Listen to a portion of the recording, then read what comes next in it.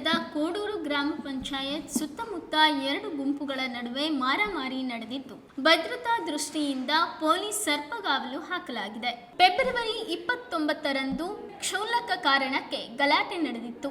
25 ಜನರ ಗುಂಪೊಂದು ಕೋಡೂರು ಮುಖ್ಯ ರಸ್ತೆಯಲ್ಲಿರುವ ಲಕ್ಷ್ಮಿ ಮಲ್ನಾಡ್ ಬೇಕರಿಗೆ ನುಗ್ಗಿ ಬೇಕರಿ ಮಾಲೀಕ ಪ್ರದೀಪ್ ಮತ್ತು ಆತನ ಪತ್ನಿ ಮೇಲೆ ಹಲ್ಲೆ ಮಾಡಿದ್ದಾರೆ ಎಂದು ತಿಳಿದು ಬಂದಿದೆ.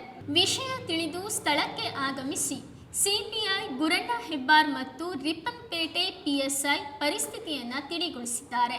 ಎರಡೂ ಕಡೆಯವರ ಹೇಳಿಕೆ ಆಧಾರದ ಮೇಲೆ ಪ್ರಕರಣ ದಾಖಲಿಸಲಾಗಿದೆ. ನಾವು ಅವರಿಗೆ ಕೊಟ್ಟಿರೋದು ಪಂಚಾಯಿತಿಯಿಂದ ಬೇಕರಿ ನಡೆಸಲಿಕ್ಕೆ, ಬಟ್ ಇಲ್ಲಿಗಲ್ ಆ್ಯಕ್ಟಿವಿಟಿ ಆಗ್ತಾ ಇದೆ ಅಂತ ನಮ್ಗೆ ಯಾವುದೇ ಮಾಹಿತಿ ಇಲ್ಲ. ಹಾಗೆ ಏನಾದರೂ ಇದ್ದರೆ ನಮ್ಮ ಪಂಚಾಯತಿ ಗಮನದಲ್ಲಿ ನಾವು ಮೇಲಾಧಿಕಾರಿ ಗಮನಕ್ಕೆ ತರ್ತೀವಿ. ನಮಗೆ ಯಾವುದೂ ಮಾಹಿತಿ ಇಲ್ಲ.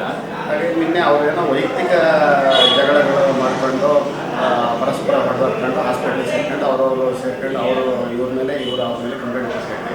ಅಷ್ಟು ಬಿಟ್ಟರೆ ನಮಗೆ ಬೇರೆ ಮಾಹಿತಿ ಅವರು ವೈಯಕ್ತಿಕ ಪಂಚಾಯತಿಗೆ ನಮ್ಮದೇ ಆದ ಸಪ್ರೇಟ್ ಬಾಡಿ ಅದರಲ್ಲಿ ಚರ್ಚೆ ಮಾಡಿ ನಾವು ತೀರ್ಮಾನ ಮಾಡಬೇಕು. ನಾವು ವೈಯಕ್ತಿಕವಾಗಿ ಯಾವುದೋ ತೀರ್ಮಾನ ಕಾರಣಕ್ಕೆ ಬರೋಲ್ಲ.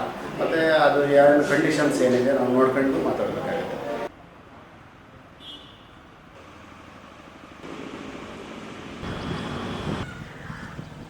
ಈಗ ಗಲಾಟೆ ಬಗ್ಗೆ ನಮ್ಮ ಪಂಚಾಯತಿ ಗಮನಕ್ಕೆ ನಿಲ್ಲಿ ಅವರು ಯಾವ ಉದ್ದೇಶಕ್ಕೆ ಏನಾದರೂ ನಮಗೆ ಮಾಹಿತಿ ಬಗ್ಗೆ ಅಗತ್ಯವಿಲ್ಲ.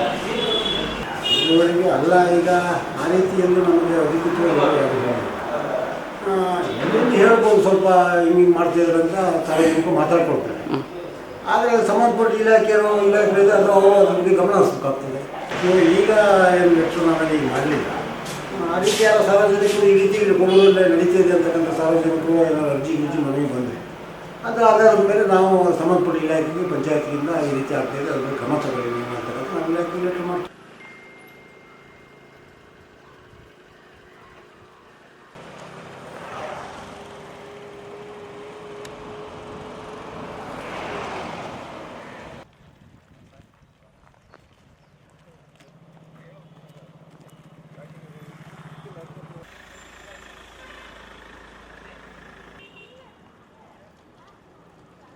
ನನಗೆ ತಕ್ಕಳ ಅಲ್ಲಿ ಒಂದಿನ ಗಾಡಿ ಬಂದ